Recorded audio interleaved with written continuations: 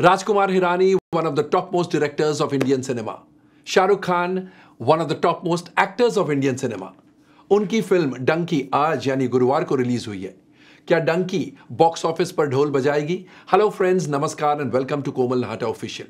आज आप समझ ही गए होंगे, इस वीडियो में हम रिव्यू करने जा रहे हैं फिल्म डंकी को। लेकिन सबसे पहले आपको याद दिलाना जरूरी है कि अगर आपने अभी तक हमारे चैनल को सब्सक्राइब ना किया हो तो इस वीडियो को देखने के बाद, इनफैक्ट तुरंत बाद, जरूर कीजिएगा।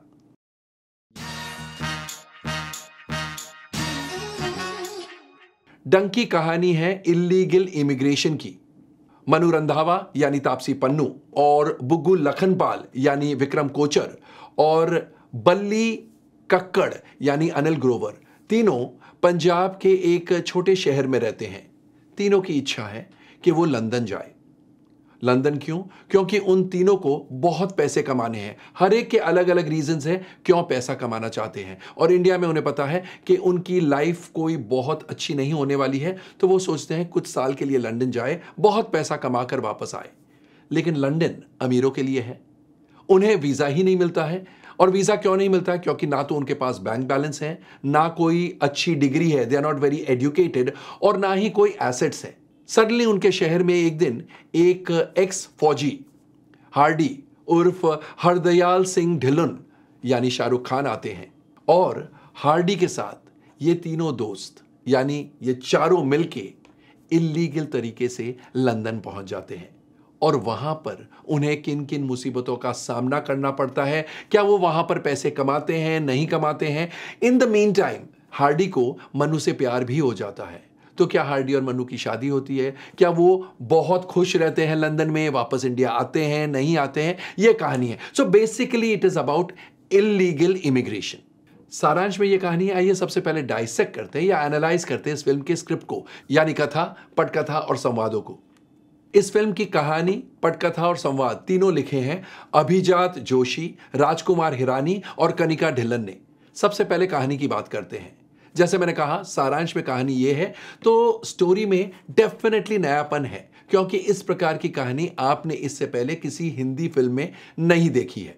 स्क्रीन प्ले जो है वो अच्छा है, कुछ जगह पर बहुत अच्छा है और कुछ जगह पर ड्रैग करता है।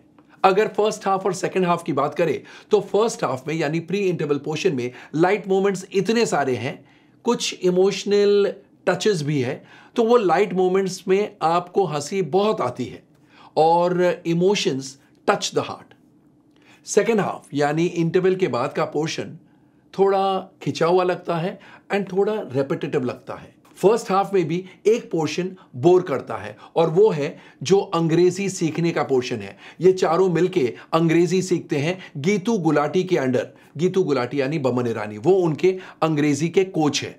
तो वो पोर्शन थोड़ा वीक लगता है। लेकिन साथ में ये भी कहेंगे कि जब ये वीजा के लिए इंटरव्यू देने जाते हैं और अंग्रेजी में उन्हें बोलना पड़ता है, वो पोर्शन एब्सोल्युटली मजेदार है और खूब हंसाते हैं वो पोर्शंस। अलग अलग लोगों के इंटरव्यूज हैं एंड जब उन्हें अंग्रेजी में सवाल किए जाते हैं, अंग्रेजी बोलने के लिए कहा जाता है, तो हर एक इंसान कैसे रिएक्ट करता है, वो सीन्स बहुत ही मजेदार है और बहुत मजा आता है, बहुत आनंद आता है, बहुत एंटरटेनमेंट मिलता है। सेकेंड हाफ में जैसा मैंने कहा थोड़ी रेपिटेटिव हो जाती है और एक और ड्रॉबैक है स्क्रीन प्ले का। एंड में the three screen play writers have not been able to tie the threads together in a very nice manner. कहने का मतलब है इतने सारे ट्रैक्स है, हर एक इंसान के अलग अलग ट्रैक है एंड प्लस जो स्टोरी एंड जो ड्रामा फैल जाता है, उन ड्रामा के पोर्शंस को एक डोर से बांधने के लिए थोड़ी दिक्कत होती है राइटर्स को और वो ऑडियंस को साफ नजर आता है। एक और बात, हार्डी और मन्नू की लव स्टोरी को बहुत ज्यादा एस्टैब्लिश नहीं किया गया है, इसलिए the love story doesn't tug at your heart strings. कहने का मतलब है कि जब ये दोनों लवर्स के बीच में कुछ ऐसा होता है तो आपका दिल रो नहीं उठता है। और वो लव स्टोरी ही क्या जिसमें आपका दिल रो नहीं उठे, या आप ये नहीं प्रार्थना करें भगवान से, हे भगवान इन दोनों को साथ में रखना, इन दोनों को साथ में लाना, तो वो पोर्शन वीक पड़ता है। एक और बात, क्लाइमैक्स में एक रेवलेशन होता है हार्डी के बारे में, जिस रेवलेशन को, जिस सस्पेंस को सुनकर मनु भौचक्की रह जाती है। फ्रैंकली ऑडियंस को पता पड़ता है कि ऐसा ही कुछ होने वाला है, या यूं कहिए ऑडियंस कुछ अलग दिशा में सोच ही नहीं रही है, इसलिए जब मनु को शॉक लगता है ऑडियंस को शॉक लगता ही नहीं है। That is one big minus point of the drama. Again Hardy जो देश के लिए झूठ नहीं बोलूंगा, वो पोर्शन जो है ड्रामा का बहुत अच्छा लगता है और बहुत सुकून आता है ऑडियंस को।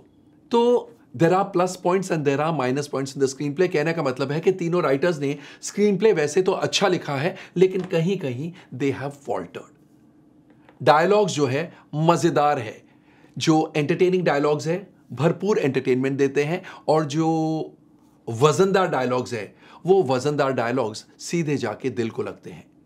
So the story is very fresh. Screen play में कुछ खामियां हैं, but otherwise it's a good screen play and dialogues मजेदार हैं। यह तो ही बात स्क्रिप्ट की। अब एक नजर डालेंगे एक्टर्स के परफॉर्मेंसेस पर। शाहरुख खान बतौर हरदयाल सिंह ढिल्लों उर्फ हार्डी, उनका काम लाजवाब है। He is looked fantastic specially as the old Hardy, and उन्होंने काम बेहतरीन किया है। फैमिली ऑडियंस पागल हो जाएगी उनके काम के पीछे, क्योंकि उनका रोल भी इस प्रकार का है। Ladies and family audience will love Shahrukh Khan. कहने का मतलब है कि he comes up trumps once again with a performance that will be discussed and remembered for a long long time. Manu Randhawa की भूमिका में तापसी पन्नू का काम भी मजेदार है। बहुत अच्छे मोमेंट्स हैं उनके पास और उनका परफॉर्मेंस एक्सीलेंट है। विक्रम कोचर जो बुग्गू लखनपाल बने हैं, ही डिलीवर्स अ फाइन परफॉर्मेंस। बहुत हार्टफेल्ट परफॉर्मेंस और बहुत बेहतरीन काम किया है उन्होंने। Anil Grover as Balli Kakkar is also very nice, very real, very natural acting. Sukhi की भूमिका में Vicky Kaushal in a special appearance is fantastic. छोटा रोल है लेकिन क्या काम करते हैं। 2-3 सीन्स में तो वो ऑडियंस को हिला डालते हैं। Yes, his performance is excellent. Geetu Gulati की भूमिका में Baban Irani is quite good but not extraordinary. Advocate Puru Patel की भूमिका में Deven Bhujani stands his own. Of course इनके अलावा और बहुत सारे एक्टर्स हैं एंड सबने काम अच्छा किया है। That means they have lent good support. Performances के बाद अब एक नजर डालेंगे डायरेक्शन और अन्य टेक्निकल एस्पेक्ट्स पर। राजकुमार हिरानी के निर्देशन में यह फिल्म बनी है, और सबसे पहली बात तो यह कि his direction as always is very good. बहुत हार्टफेल्ट डायरेक्शन है, बहुत सेंसिटिव डायरेक्शन है। उन्होंने कॉमेडी के सीन्स तो ऑफ कोर्स बहुत बेहतरीन तरीके से हैंडल किए हैं, लेकिन इमोशनल सीन्स या ड्रामेटिक सीन्स उनमें भी बहुत वजन है। Music is by Pritam, and भले ही गाने सुपर डुपर हिट नहीं है, लेकिन गाने बढ़िया है, और जैसे दिन गुजरेंगे music will become more and more popular. लुटपुट गया वो तो ऑलरेडी बहुत अच्छा चल रहा है एंड और भी हिट होगा। फिर जावेद अख्तर साहब का लिखा हुआ एक गाना है, निकले थे कभी हम घर से। That is very nice. Lyrics भी बहुत अच्छे हैं एंड उस गाने में इमोशंस आते हैं। सिमिलरली माही, बंदा, वतनावे, ये सारे गाने अच्छे हैं and the music will grow with each passing day. गानों के बोल अलग अलग लिरिसिस्ट के हैं। जैसा मैंने कहा, एक गाना जावेद अख्तर साहब का है, बाकी गाने लिखे हैं स्वानंद किरकिरे, अमिताभ भट्टाचार्य, वरुण ग्रोवर, इरशाद कामिल और कुमार ने, एंड गानों के बोल वाकई में बहुत ही अच्छे हैं। गानों की कोरियोग्राफी गणेश आचार्य की है which is functional, and background music by Aman Pant is fantastic. बहुत अच्छा बैकग्राउंड स्कोर है। सिनेमेटोग्राफी 3 कैमरामैन की है, Muralidharan CK, Manush Nandan and Amit Roy, and the camera work is indeed, the cinematography is indeed outstanding. Action scenes की कोरियोग्राफी की है श्याम कौशल ने, जो कि अच्छी है। ऑफ कोर्स ये एक्शन फिल्म नहीं है, इसलिए बहुत ज्यादा स्कोप भी नहीं है एक्शन का।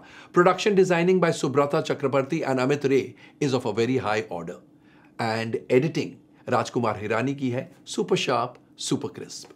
तो ओवरऑल डंकी एक बेहतरीन फिल्म है। It will do good business, लेकिन सुपर ब्लॉकबस्टर आजकल क्या है, 500 करोड़ की बातें होती है, उस प्रकार की फिल्म नहीं है। But B assured that this film will do hit business. Of course initially इसके रिपोर्ट्स, पब्लिक रिपोर्ट्स मिक्स्ड आएंगे। कुछ लोग कहेंगे बकवास है, कुछ लोग कहेंगे खास नहीं है, कुछ लोग कहेंगे एक्स्ट्रा ऑर्डिनरी है, लेकिन सच्चाई में this film will prove to be a hit in the final analysis and it will do good business. हो सकता है इंडिया कलेक्शंस 300 करोड़ के करीब हो, which is fantastic for a film of this kind, क्योंकि ये एक्शन फिल्म नहीं है. So overall it will definitely do hit business. Don't be swayed by mixed reports. आपको अलग अलग रिपोर्ट सुनने मिलेगी, लेकिन रेस्ट अश्योर्ड कि ये फिल्म लंबी चलेगी. 6-7 हफ्तों तक ये सिनेमा घरों में चिटक जाएगी एंड हर वीकेंड में इसका बिजनेस एक्स्ट्राऑर्डिनरी रहेगा.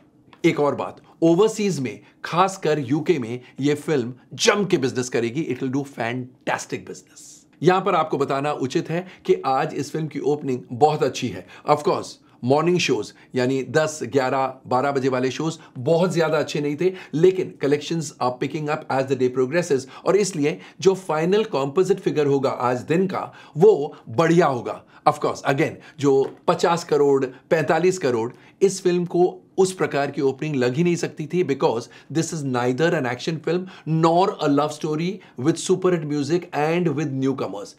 इन दो प्रकार की फिल्मों को एक्स्ट्राऑर्डिनरी लगती है, लेकिन Dunki is neither of them और इसलिए डंकी के वो ओपनिंग डे फिगर्स नहीं होंगे, लेकिन in the final tally the opening will be considered to be really good. तो दोस्तों कैसा लगा हमारा review of Dunki?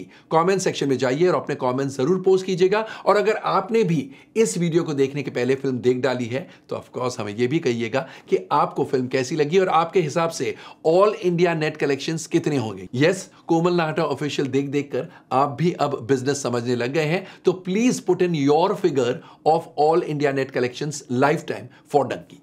Thank you, शुक्रिया, see you soon, take very good care of yourselves.